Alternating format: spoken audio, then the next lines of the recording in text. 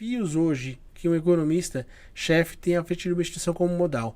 A tua rotina é uma rotina que você tem contato com que áreas? Como que é o dia a dia do Felipe a hora que ele chega no Modal, que é certamente nem para entrar nem para sair, você tem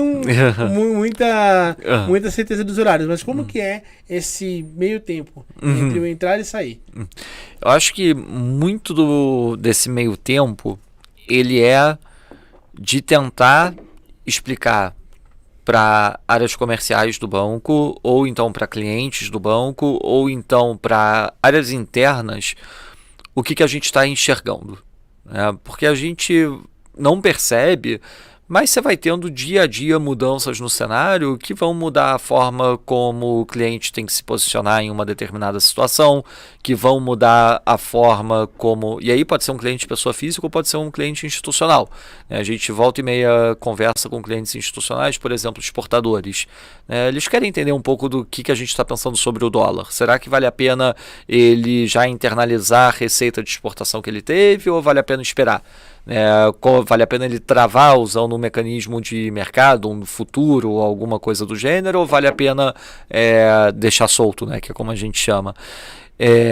Olha para a pessoa física, você está na renda fixa, você está na renda variável, você está na fixa pós-fixada, pré-fixada, inflação.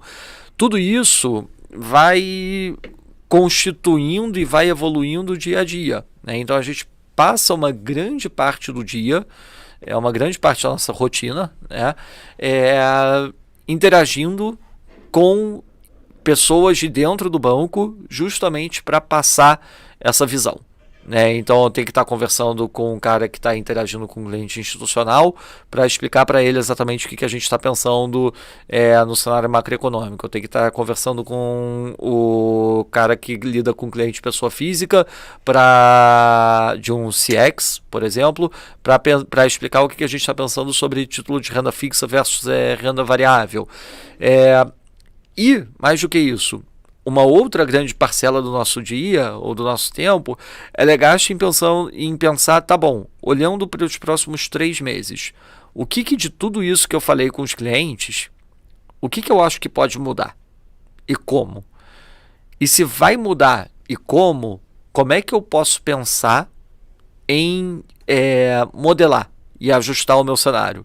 Então, por exemplo, a gente está vendo agora, acho que isso é um exemplo interessante, né? A gente está vendo aí já a 3ª ou 4ª queda consecutiva da gasolina nas refinarias, né? Então parece que tem uma tendência de que a gasolina está caindo. Então deixa eu olhar como é que eu consigo pensar o preço da gasolina da Petrobras, como é que eu consigo modelar o preço da gasolina da Petrobras e ver se talvez eu tenha um motivo para acreditar que daqui a 1, 2, 3 semanas eu vou ter novos cortes. E se eu acredito que vão ter novos cortes, como é que isso vai impactar o meu cenário de inflação? E se isso vai impactar o meu cenário de inflação, o que isso representa para um cliente que está alocado num título de renda fixa? Uma cadeia sem fim. Exato. Né? E você começa... E aí você fica pensando... Pensando parece que a gente está lá sentado numa cadeira olhando para o nada. Não. Né? Que pensar muitas vezes, tive uma ideia aqui, essa queda da Petrobras parece que é parte de uma tendência. Deixa eu modelar isso aqui. Então pego meu computador, a gente começa a programar, começa a pensar, começa a fixar alguns determinantes e começa a simular. Até chegar numa conclusão. E, por exemplo, eu acho bacana que você colocou, por exemplo, usar o exemplo lá do CX. Beleza, ele está lá, ele tem que interpretar, mas quando você vê, IPCA. Cara, IPCA apresentou deflação, legal. Mas dentro, na cesta de o que trouxe, o que puxou para cima e para baixo? Então, beleza. Combustível puxou para baixo.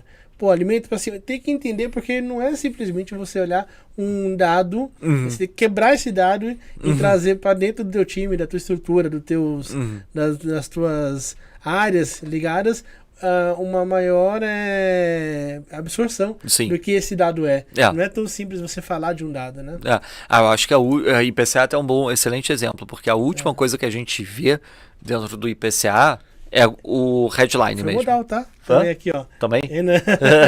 Foi Modal aqui. Nós temos aqui, Renanzão, time forte. Hoje ele tá aqui com a gente, tá? Um presente do Modal pra gente poder formar mais profissionais. Bacana. Acho que assim, IPCA, a última coisa que a gente vê no IPCA é qual o número cheio dele. O último IPCA foi menos 0,63. Um pouco foi um pouco menos melhor 0,68. A mediana aí, né? Das casas, né? Isso, a gente estava com menos 0. Bom, já passou 3 semanas também, né? Mas assim, que tenha sido menos 0,60 e alguma coisa. A última coisa que a gente vai olhar, esse menos 0,60. É o que você vai. É exatamente o que você falou, Ronaldo. Como é que tá por dentro disso? Poxa, foi gasolina, foi alimentos, foi serviços, foi tarifa de transporte urbano, o que está mexendo, o que está mudando, quantos itens mudaram dentro do IPCA, quantos não mudaram, o que esse movimento do IPCA representa para a minha expectativa do IPCA do próximo mês? Será que, poxa, eu vi uma inflação de leite que eu estava esperando para o mês que vem, já aconteceu agora. Significa que no mês que vem o leite vai cair? Tem que parar para pensar nisso, tem que modelar isso.